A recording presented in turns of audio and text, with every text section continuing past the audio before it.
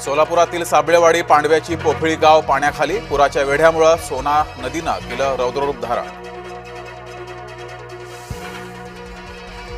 कर्जमाफीबाबत सरकार गंभीर, योग्य वेळेस निर्णय घेऊ. ठाकरेंप्रमाणे आम्ही दुटप्पी भूमिका घेत नाही.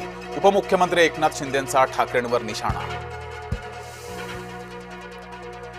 शेतकऱ्यांनी गिरीश महाजन यांचा ताफा अडवला. तत्काळ मदत करण्याची शेतकऱ्यांची मागणी. प्रशासनाकडून मदत मिळवून देण्याचं महाजनांचं आश्वासन. बीडमध्ये पुराच्या पाण्यात 30 ते 40 जण अडकले. लष्कराचं पथक दाखल. मदत कार्य सुरू. पूरग्रस्तांना 2,2500 कोटींची मदत. राज्य मंत्रिमंडळाचा निर्णय. शेतकऱ्यांना दिलासा मिळणार. मुख्यमंत्री स्वतः पूरग्रस्त भागाचा दौरा करणार. दुष्काळाचं राजकारण करण्याची काहींना वाईट खोड. फडणवीसांचा उद्धव ठाकरेंना टोला. हिंदू नव्हे तर बळीराजा संकटात. आमदार रोहित पवार यांचा चिमटा.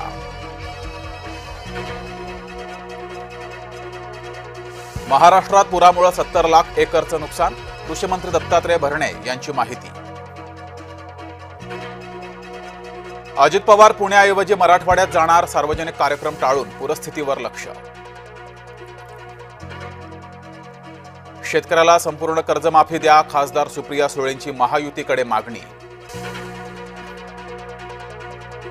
लातूरमध्ये लाखो हेक्टरवरील पिकं उद्ध्वस्त. शेतीसह दुभती जनावरही गेली वाहून. बळीराजानं फोडला जय महाराष्ट्राच्या कॅमेरासमोर हंबरडा.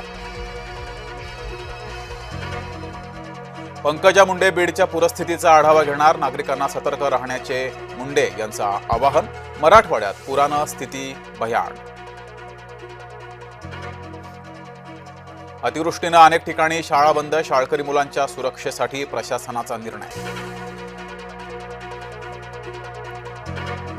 धाराशिवमध्ये पूर नियंत्रणात, मात्र नुकसान प्रचंड. पुरात अडकलेल्या नागरिकांना हेलिकॉप्टरद्वारे वाचवलं. आता आव्हान शेतीच्या नुकसान भरपाईचं. नाशिकमध्ये संततधार. नांदूर मध्यमेश्वर धरणातून जोरदार विसर्ग. गंगापूर, दारणा, भावली धरणाचेही दरवाजे उघडले. पंतप्रधान मोदींची खिल्ली उडवल्याचं प्रकरण. भाजपा कार्यकर्त्याने दिला दणका. डोंबिवलीत काँग्रेस नेते मामा पगारे यांना नेसवली साडी. केंद्रीय गृहमंत्री अमित शहांकडून अंबेमाता पूजन. तलवार भेट देऊन केंद्रीय गृहमंत्र्यांचा सत्कार. ओला उबर चालक आता आकारणार सरकारमान्य शुल्क. चालकांनी अधिक शुल्क आकारल्यास कंपन्यांवर कारवाई.